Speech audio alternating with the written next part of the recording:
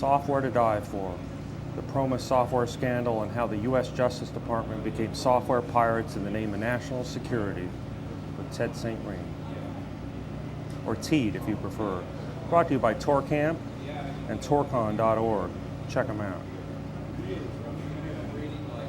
www.mediaarchive.com proudly presents this material.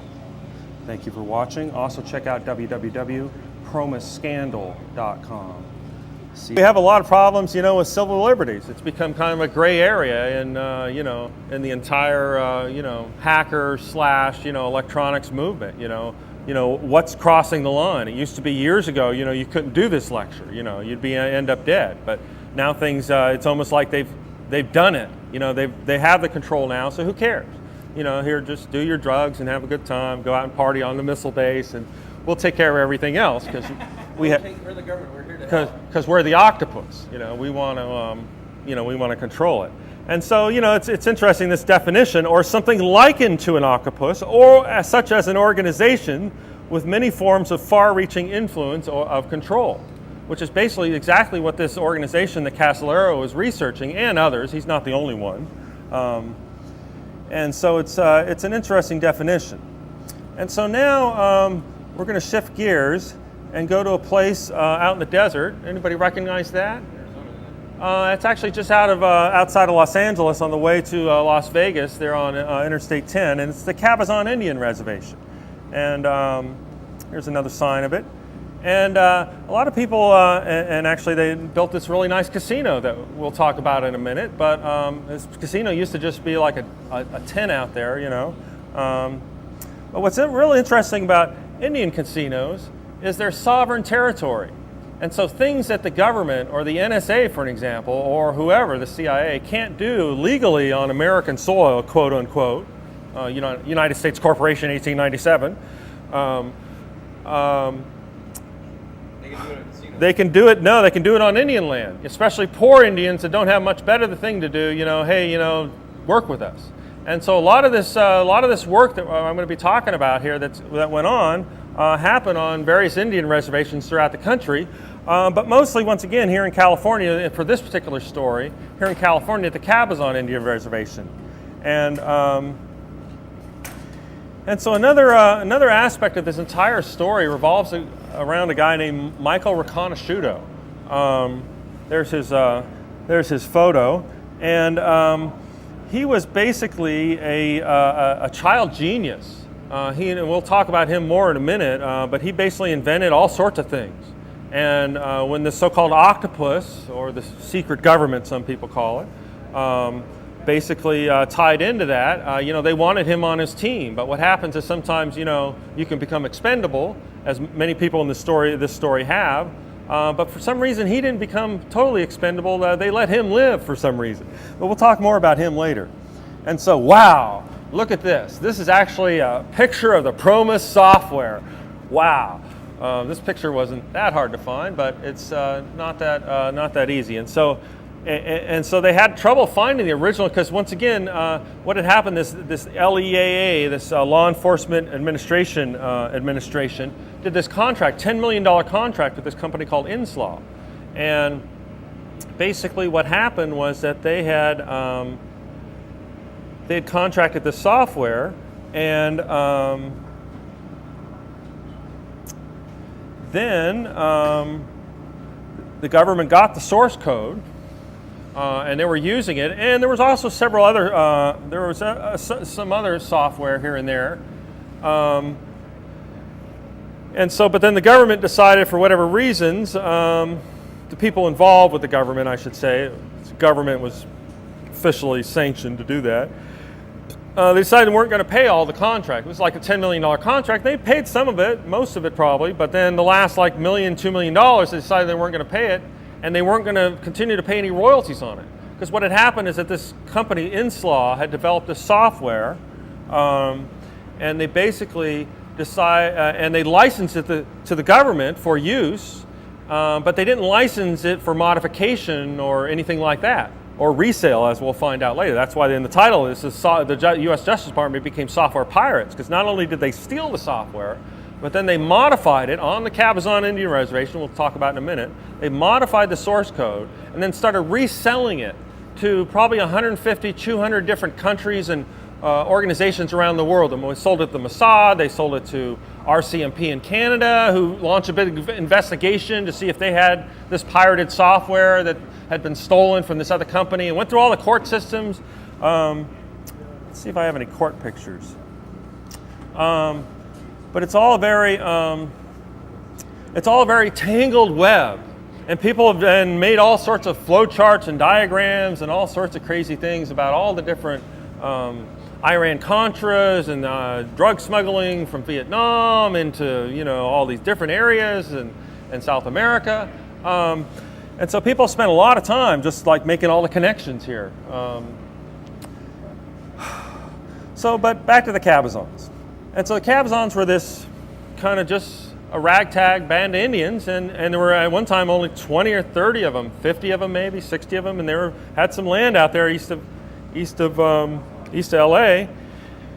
And this guy Michael Riconosciuto and some other guy named Philip Booth, John Philip Booth, John Booth Phillip actually, went out there and basically assisted them in having them work with some of these covert ops that basically were performing stuff. And so they were able, on that Indian reservation, allegedly, if you follow the current research at PROMISscandal.com, you'll find that they basically started developing a lot of these exotic weapons and technologies that were basically unheard of at the time, and they really had no other place to do it. And so it ended up, a lot of this stuff out in the deserts out in California. In fact, in this day I have another presentation I do on underground bases around the world, really, and undersea bases. And there's all sorts of underground bases stringed between the Los Angeles basin there and the Mojave. There's 4 or 5 of them there. And then there's, of course, Area 51 and the Edwards Conflicts and all that other stuff. But that's a whole nother lecture. But it is interesting to note that, a lot of this technology was developed out in the desert. And so back to Riconosciuto, he was actually, as a child prodigy, he developed something called the A-neutronic bomb. And these are an example of what these A-neutronic bombs do. And they're basically fuel-air explosives. And here's an example of one of the most powerful bombs in the world at the time, compared to, the next step up is nuclear. Those little mini nukes that they have. And so at the time, this was the way to kill a bunch of people and, preserve some infrastructure and, not really, do fuel air. Of course, today, the most powerful bomb is this massive ordnance air blast, the MOAB, or Moab. Yeah, there you go. And so other projects they worked on there that PROMIS was specifically, and Riconosciuto, who we'll talk about more in a minute, was the programmer who actually claims that he basically was the one that modified the thing. And what's interesting, we'll talk about him in a minute, more in a minute, about what happened to him. But in any case, so using these technologies, this PROMIS-like software, they were able to increase, like double or triple the distance that they could have satellites out in orbit and still be able to pick up communications and pick up whatever.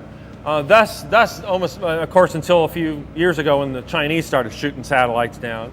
At the time, our satellites were beyond reach of anybody. Now, of course, with anti-gravity propulsion, you never know. And so satellites are a big part of this, a big part of PROMIS, a big part of this artificial intelligence software thing.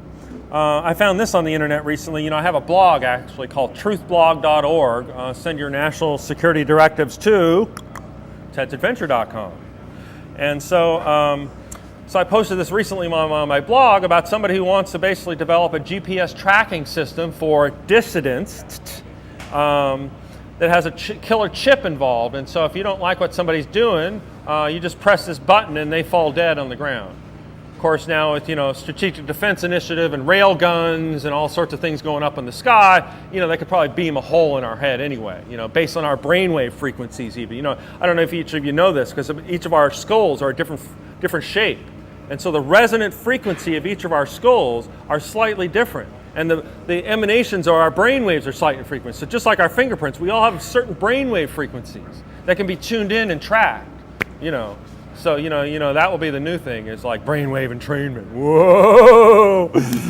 Okay, so they could kill you from space if they wanted to, but, and so, you know, once again, we have these advances in technology where basically this PROMIS software was perfect for it, because it was designed to go out and do this kind of thing, get the raw data, bring it back, and sort it all out, and then spit out some information. They could do all the other parts. They could bring it all back and sort it out, but spitting out useful information at the time was unheard of. You know, nobody knew what to do with the information. And PROMIS has solved that problem for them. And of course today we call it social networking, and it's just real common today. And so another thing that PROMIS was awesome at was geomatics, or resource management as they call it. Going out and like probing, like Google Maps, or Google Earth, or any of these kind of softwares that map terrain and GPS tracking, all this stuff is basically what PROMIS was perfect at. Because this is the kind of data that was involved. A lot of data, a lot of data, and then just a little bit of results. But filtering those results, exactly what Google does. Filtering those results so that you have usable information out of it. And of course, this goes all into different vectors, and it basically is a 6-dimensional software package. So it's doing a lot of GIS along with a lot of filtering, and like it's a lot of analytics stuff. And actually, it's a good thing you brought that up, because it's not so much the filtering, but there's a great article on the internet, and I didn't have time to include it here. I'll post it on my PDF page eventually, but it's called The Last Circle. Just Google, in quote marks, The Last Circle, and then PROMIS or something next to it. And if you want to know how PROMIS was designed and how it was filtered and how Riconosciuto did it all, it's all right in there. Of course, it's it's like 600 pages if you print it out, but if you just if you just find certain commands in there. And so once again, getting back to these neural networks that I talk about, this is like an example of what a God helmet might look like.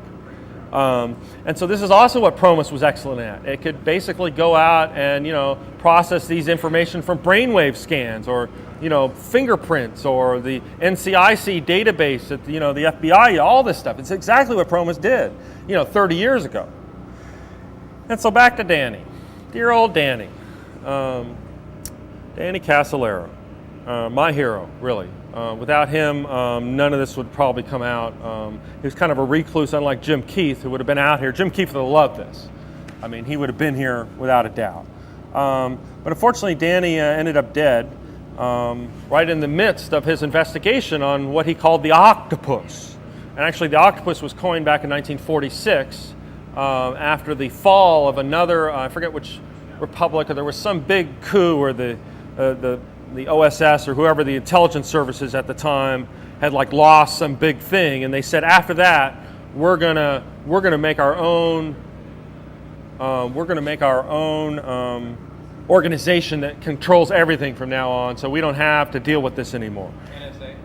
Well, it wasn't the NSA. It was whatever. It was this group of people. It's probably in the UFO circles. It's called the Majestic 12. Oh, Google that term. And yeah, that kind of stuff, but levels up from that. Levels up not the top of the pyramid, the world king, as I call him, whoever that may be, but up the pyramid from governments and social orders and things. And so basically, they didn't they don't like this story. That's why next week I may die in a car crash.